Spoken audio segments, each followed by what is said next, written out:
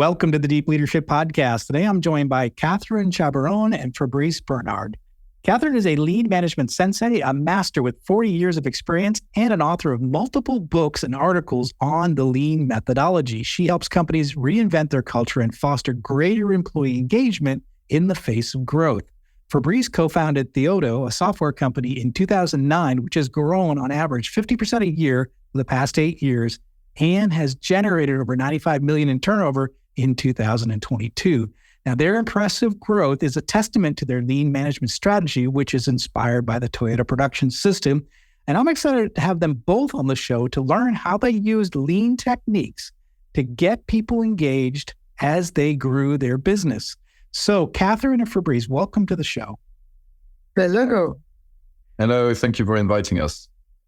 It is a pleasure to meet the both of you. And my first question is, how did you meet and when did you realize that lean management could help Theodo in their growth, that the fantastic growth that you've had? Maybe Fabrice, you want to answer that one? I know we met in Japan, but... Yes, so the story between Catherine and I is actually, quite symbolically started on a lean study tour in Japan. But our story with lean dates from a few years earlier than that.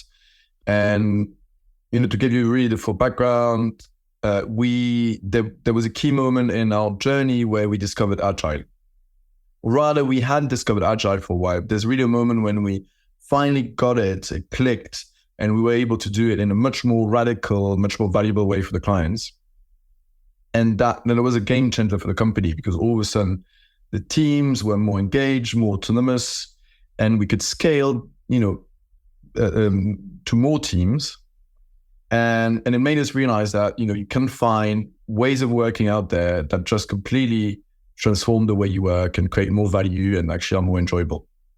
So of course, the next step was to think, okay, what is the Agile that doesn't just apply to a team of software engineers, but it applies to the whole company? So we really come from this Agile background.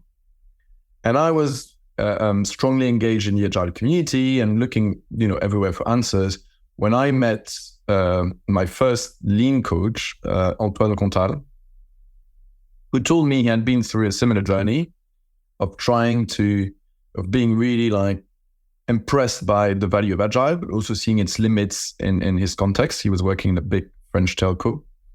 And he had then found this thing that was beyond Agile, that was called Lean.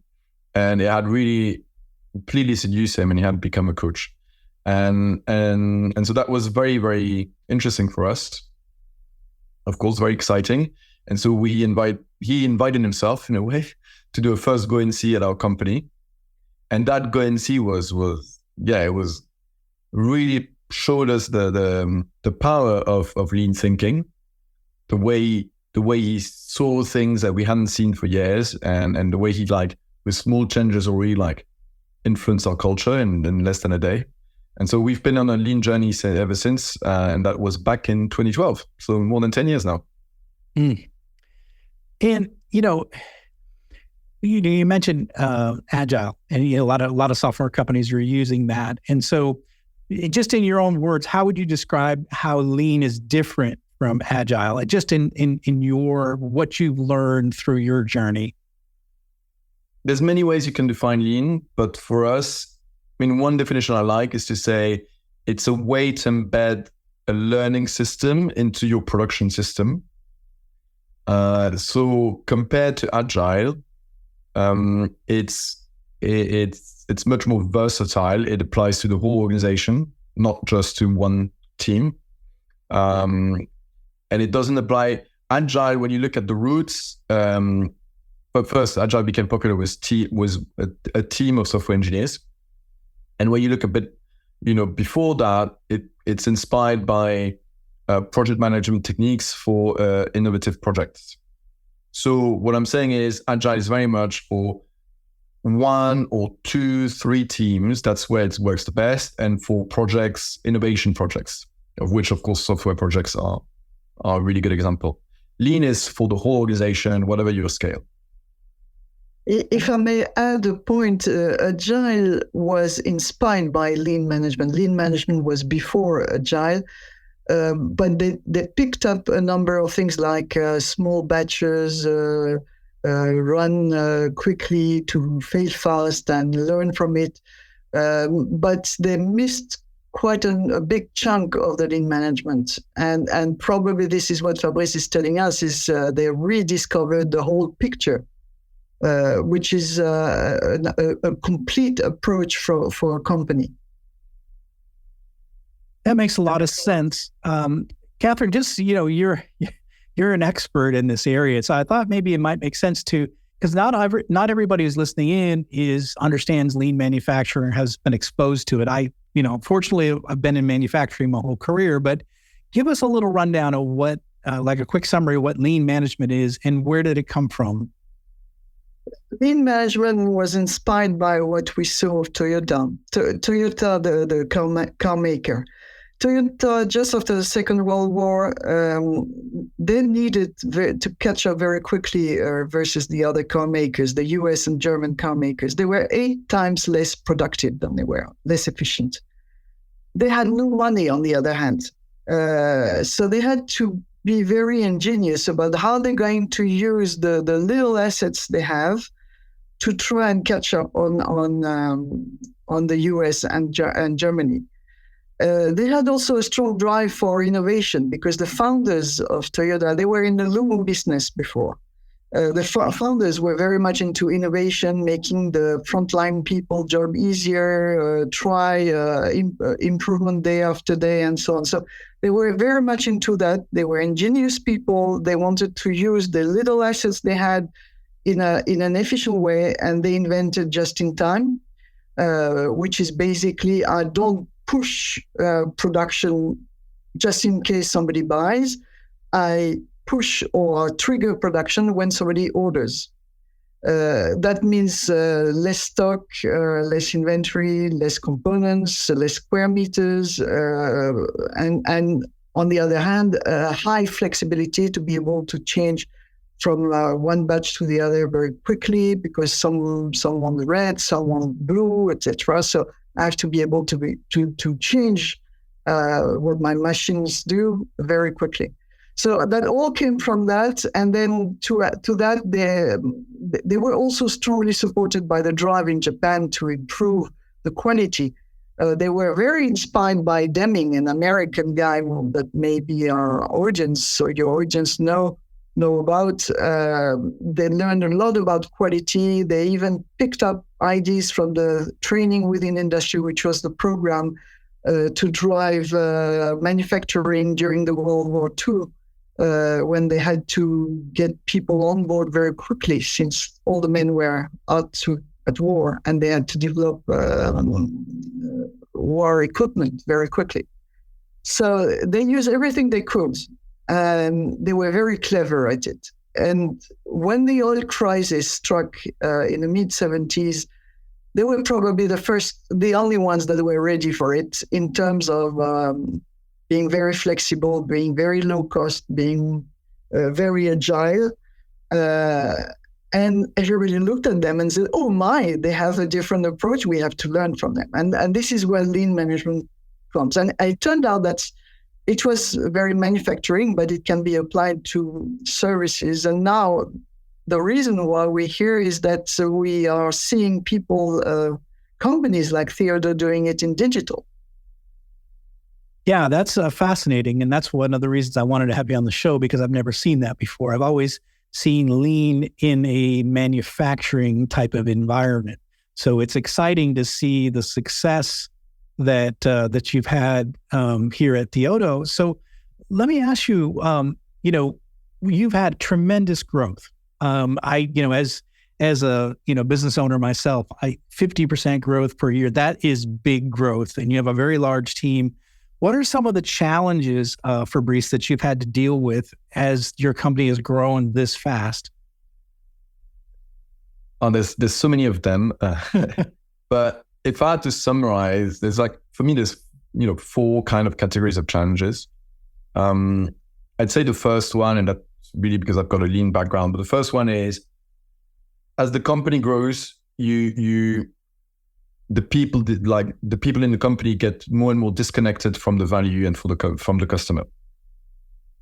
So that's one big challenge. When you're one team, you talk to the customer every day.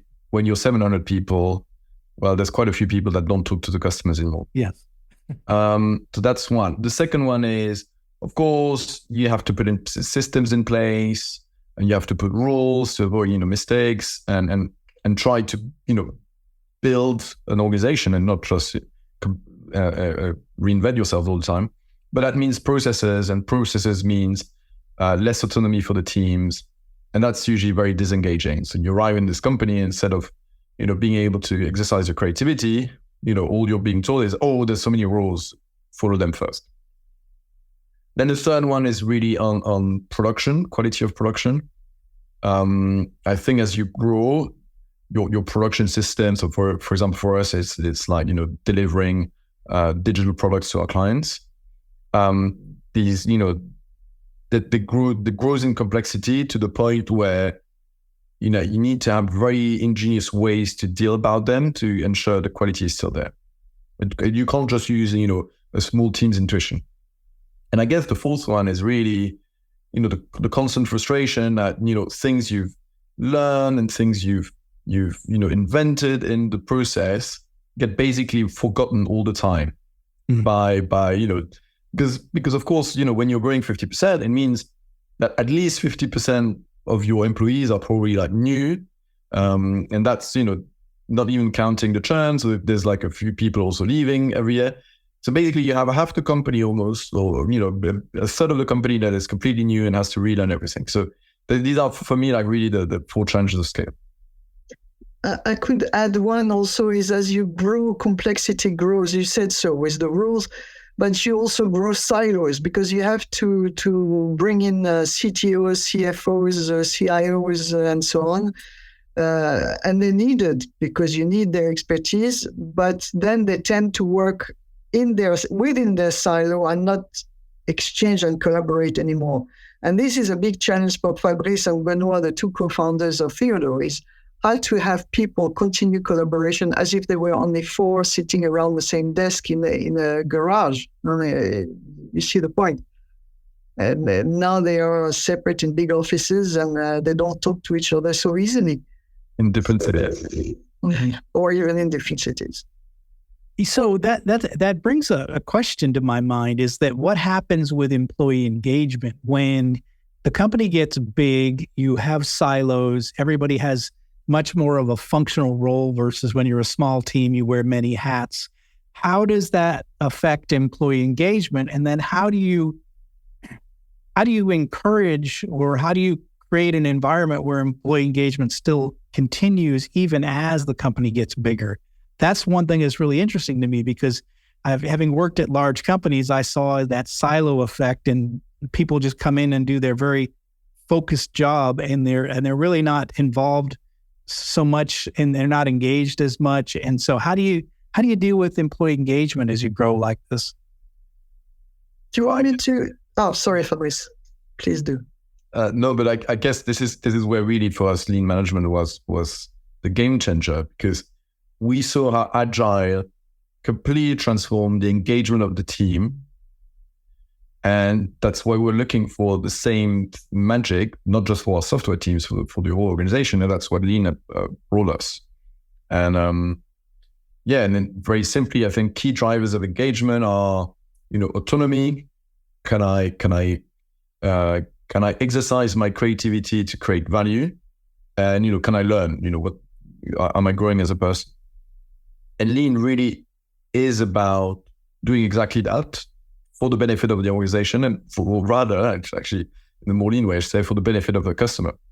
So it's really about, we need to connect to the value for the customer. And that's great for employee engagement, because at least that means the organization has the culture of always reminding everyone what kind of value we're bringing. So, giving meaning to the daily work. Then it's really a learning system. So you're permanently helping people grow. One of the big sayings at Toyota is good thinking for good products. It's really investing in, people improving their thinking. part of having such a learning system also means that this makes it much easier for the leadership to allow for failure, because you know that failures will be identified and will be dealt with and will be learning opportunities. So that means a lot more autonomy to the teams. Yeah. And, I guess I've addressed for me, what are the key drivers of engagement? So Lean has really brought this mix of psychological safety, because I've got this space where I'm allowed to make mistakes and I'm empowered on how to problem solve those mistakes. And I know what I'm doing and why I'm working, and that brings you meaning. And I'm being stretched, because Lean is not, it doesn't leave you in your comfort zone. It brings you in the stretch zone that, brings also more learning and more growth, more personal growth. And if I may add, when you are stretched and you don't have the competence, this is hell. This is burnout and stress and so on. So this means that they are permanently putting a sort of a tension between challenge and learning, because otherwise it would be impossible to survive in that kind of environment. So there's a lot of time spent on problem solving, but also enabling people. You didn't mention it, Fabrice. You do things like enablers.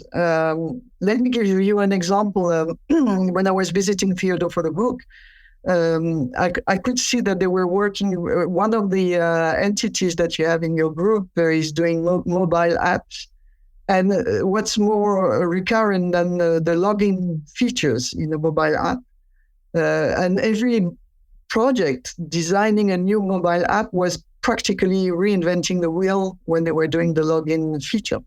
And I know that entity has worked on a standard logging approach so that they can save time and avoid mistakes. So that's part also of the comfort of the people, giving them the conditions in which they can be challenged and they can learn. One of the things, I've had a debate, a good friend of mine runs, he's pretty high up in Amazon. And so we had a debate, we were driving somewhere and I was talking about this idea, just like you talked about, which is psychological safety, autonomy, letting people fail, letting people be actively engaged in work. And he said, well, when I build a Amazon facility, I have to hire 5,000 people. And I have to tell those 5,000 people that there's one way of doing it here at Amazon. And this one way is one that we've developed over years at multiple locations. And so he was saying that I really need my employees to follow the rules and not to be creative. And I thought to myself that's like a worse place I'd want to work, is where you can't be creative, you can't bring your human self to work, and you can't push and grow. But I also understand when you hire 5,000 people, you've got to sort of have a way of doing things. Is that, I don't know if it's just a strange question to you or not, but how do you balance the idea of doing things in a standard way versus having people be creative and be challenged and to continue to push the improvement of your processes? Fabrice, you want to speak first? I've got some ideas on this one. If you've got some ideas, you can start, because I think that's a very quick question. It's a tough question because it's one of the... No. It's a very interesting question. It is obvious we have talked about creativity and using brains creativity, but it's obvious that the first thing Theodo does when they recruit is to put people up to the standards that they have developed. Yeah. They have developed ways of doing things that enable people to come in to do the things right the first time and not learn through all the blunders that the others have made before. So obviously, Lean comes with a lot of standards. The difference is once people have mastered the standards, there are regular discussions about whether the standard still holds the ground. Is it still good, efficient? In this scenario, is it the right one? Can we improve it? Should we change this or that? And they develop in Theodo a lot of communities of practice. They put people who are doing the same job together, even from different companies, to talk about their the job and their techniques and their ideas and their methods and to learn from each other. But basically, they start from standards. Yes, yes, yes. Yep. So am I wrong or am I right? No, it's. I think it's the right answer, and it's a lot of training because you do want, and maybe what your friend at Amazon is saying is, I don't have the time to train 5,000 people, or I don't want to invest in the training, so I prefer to just impose rules. But that probably has a downside in terms of engagement and attractivity, and considering that Amazon is this incredible position where I think at some point they had hired all of the people they could hire around their warehouses. Yeah, they do. It's probably a good time for them to maybe reconsider slightly this. But I'm not too worried for them because they're a company that has understood lean management a lot at different levels. But in our case here, one thing I would say is this is why we use the word standard a lot, because the difference between a standard and a process is something you have to follow, even if you don't believe in it. Whereas a standard is a process you need to have been trained on, and that you have the autonomy with your team lead and the rest of the team to improve if you find a way to improve it. So it's a subtle difference, but it makes all the difference between I'm engaged because I am following the standard, but I know that if at some point I disagree with it, I can have a discussion now to improve it. Okay, that makes a lot of sense. So let me just ask you, you're in the trenches. You've got a company that's growing like this. You've employed lean management successfully to help you with your growth. What have you noticed? What type of leadership skills are needed to be able to, continue to improve your employee engagement as your company grows? Are there special skill sets or training?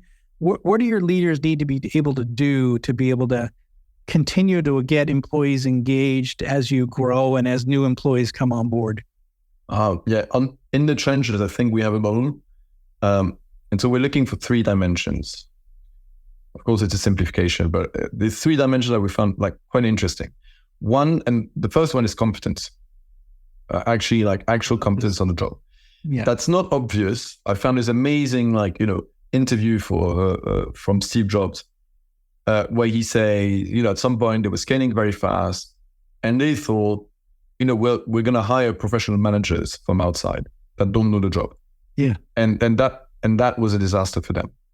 And so they went the slow and the hard way, which was to convince that they're amazing engineers who didn't want to do the job of managing, say, yeah, but you have to do it, because if it's not you, we have to bring someone from outside who's incompetent.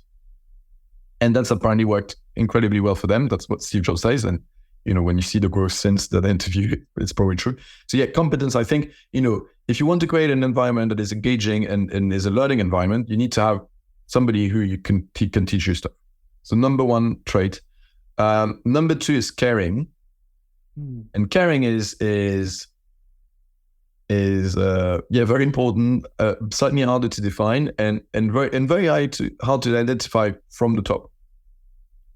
Because people can be really caring for the team, but actually be annoying from the boss point of view.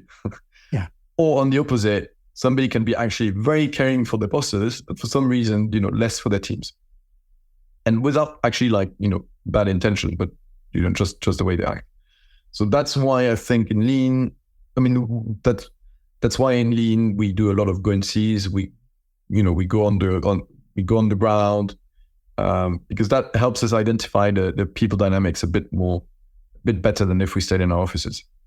And the third trait, it's very much inspired by a book we like very much at Theodo, which is called 9 Lies About Work, and this is the idea that leadership often comes from having a spike. So having something very special, very strong about yourself. And so exactly. So I guess the point we're making here is we've learned along the years not to look for a well-rounded person, but rather for someone who has a very strong skill somewhere. And if they have a very strong skill somewhere, they have some other lacking skills, but they are able to be caring with the teams, and they're competent. then they're probably very good leaders. If I may add some point from what I've seen or witnessed, because I've witnessed a number of what they call Gemba visits to the field, visit to the workstations. They very much use that formula that was coined by a Toyota leader, and that is go and see, ask why, show respect. It's similar to what Fabrice just told us. They do a lot of go and see. They are very much there because they need permanently as leaders to see where the company stands. It's one thing to develop a strategy or look for growth, but if you don't understand every day where the company stands and where we're stuck and what we still need to learn, you're not going to go very far, and you're going to fail in the execution of your beautiful strategy. So they do a lot of go and see. Then they don't tell people how to do things. They raise questions. Why do you think it's the normal conditions? Why do you do it this way? Do you think there is another way? Maybe have you seen or talked to this and that guy or that girl? They worked on this before. Maybe they can help, etc. And by doing that, they show respect because they're not imposing their solutions. So bosses and leaders can bring very bad solutions if they are locked in an office, come to the field and believe they remember what they've done 10 years ago, and they say, do this. Yeah, that can be very dangerous. Yeah, absolutely. So a lot of really good stuff here. One of the things interesting that you started with competence, because I think that's something as we study leadership and we talk about leadership, a lot of times we get into all the other things around leadership, which are important, but we've got to go back to competence. And, my initial experience in leadership was a naval officer on a nuclear submarine. That's where I started my leadership journey. And when the seas got rough and things got scary, we all looked to the captain to make sure he knew what was going on. Like, we wanted to have confidence that our leader was competent. And I think that seems like I gave a speech this morning about this particular topic, and I started with the idea of competence being a really critical skill for leaders. Is you can be a lot of things, and a lot of things are important, but I think being competent is got to be number one on the list. Is that people are looking to you. Does this person know what they're doing? Can I follow them? And I love that you started out with the idea of competence being first. No, and it's interesting because I think it's a very lean value in a way. Because there's this mix of you want to create value for customers. So the idea of having an incompetent leadership, in that, when you have that model, seems completely ludicrous. And at the same time, you want to create a learning organization. So who's going to be the teacher if it's under leadership? It's complicated. Makes so much sense. What as our listeners are hearing this, what's a real important takeaway they should have from your successful experiences at Theodo? What's a good takeaway for our listeners? Fabrice, you want me to? I think what is interesting in your experience, Catherine, is you've seen from an outside point of view. So yeah, if you have your idea, I would invite you first. You'll complete what I'm saying, but basically what I've seen is that they have demonstrated that in digital, the Toyota production system, which was designed for a manufacturing environment, helps them make money. It helps them make money because they have a customer obsession. You've heard Fabrice talk about value all the time. I don't know how many times he's pronounced the word value, and that's their constant search for value. So they are focused on the customer complete satisfaction to the extent that every week they are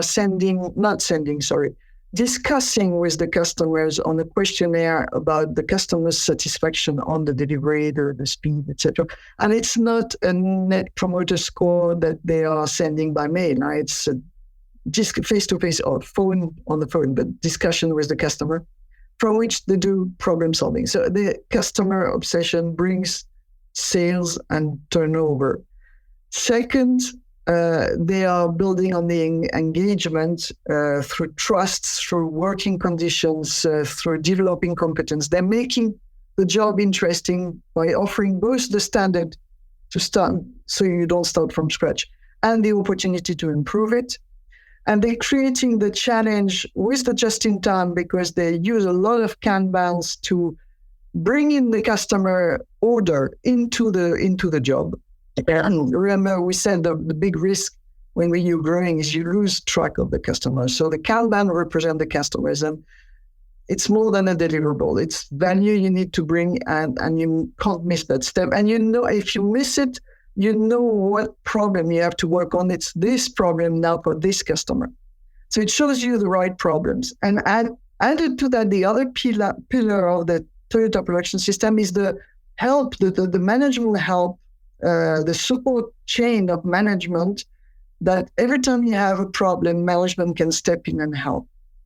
So those double tension, the tension from the customer, the engagement, the working on the conditions for the people, challenging with the just-in-time. Remember, the few assets, make the best of what you have, and so on, while helping every time there's something wrong, is the framework that they have in mind, and it gives them permanently the next step. Fabrice, you want to complete my answer? No, I think it's, I think it's a good answer, and clearly, if somebody was looking for like the silver bullet, that's not what Lean offers. Like, Lean is a journey. We've been on it for 10 years. We know we still have so much to learn, and we've learned so much every year. But yeah, one of the reasons we're here and actually doing this podcast is, I think, because we've been really inspired by your journey, and guess what I want to share is with listeners is there's not like a complete opposition between I'm scaling fast and generating profit, and I'm engaging people and giving them a great environment for personal growth. This is not opposed. It's not easy to combine both, but actually it's possible, and weirdly enough, it even feeds itself, because what a Lean strategy allows you to do is really create more scale and a better business, because you're creating more value for their customers by investing in the personal growth of your teams. So yeah, if that's one takeaway is that this is possible, and therefore, if you're interested, you should definitely start looking at it.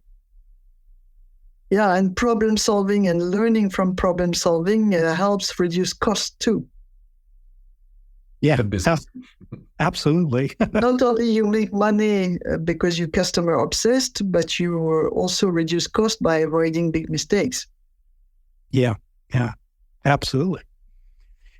So if our listeners want to learn more about the success at Theodo, where should they go? Is there a resource they could go and find out more? I'm going to try and show it. Oops. I see it. Just in front. We wrote this book with three co-authors, all of us interested in how Lean could move to the digital world. And this book is called Learning to Scale at Theodo Group. I guess you will be providing the link to the book, but we try to make it light so that you can see real life backstage stories, and at the same time reflection on how the Toyota production system can be implemented in a digital environment. So it gives you quite a lot of explanations also on the intent between each of the Toyota production system tools. And shows you how combined together it's a system to make money, but another way of making money, not short-term return on investment decisions. Make money for a sustainable growth and something that will last. That's fantastic. And we're going to go ahead and put a link in the show notes for that, Learning to Scale. It's a great book. If you want to understand how this company did it, how they grew 50% a year, they've grown, they've been successful, they're continuing to grow, their employees are engaged, they're highly profitable. If you want to learn how they did it, here's the book, here's the solution. We're going to put a link in the show notes for that. So I highly recommend you check it out if you're looking to say, well, especially if you're in a high growth industry and you're saying, how do we keep people engaged? How do we keep, or growing our business and being profitable? Well, there's a roadmap, there's a picture, there's a way to do it that's proven. And again, if you want to be successful as a leader, learn from history, learn from the people who have done it before. So I highly encourage you to check this out. The link is in the show notes below. This has been fantastic. How can our listeners find out more about the both of you? Fabrice? But first, I'm very excited to share my journey. So I will be very happy to engage with anyone who wants to engage with me, either on Twitter. On Twitter, I'm Fabrice B, or on LinkedIn, Fabrice Bernhard. And we also organize office visits. So whether you're in London or Paris, or in New York, but our office in New York is not the biggest one, then we'd be very happy to invite you to one of our visits. Fantastic. And you can find me on LinkedIn, and you can find also my articles, because I do a lot of Gemba visits to the field in French company, but my articles are in English, available on the magazine Planet, the Line magazine. Well, absolutely. I really appreciate that. We're going to put links in the show notes. And again, leaders, if something in this conversation is resonating with you, if you're seeing the journey that they've taken and you say, wow, I really need to learn this and put this in my business, definitely reach out both to Catherine and Fabrice and see what you can learn from it. And again, check out the book because I think if you're looking for a way and a history and someone to show you the way as to how this can be done, the book is a clear way to do it. Guys, I really appreciate Catherine, Fabrice. Thank you for coming on the show. Thank you for sharing this incredible story and your journey. And congratulations for all the success. And Catherine, thank you for breaking it down for us in a way that we can all understand it. So thank you for the both of you. Thanks for coming on the show. Thanks. Thank you again for inviting us. Thanks again. Well, that's it for today. Thank you for listening to Deep Leadership. If you like this podcast, please subscribe and share so we can continue to build a world with better bosses. Until next time, this is John Rennie saying take care and lead well.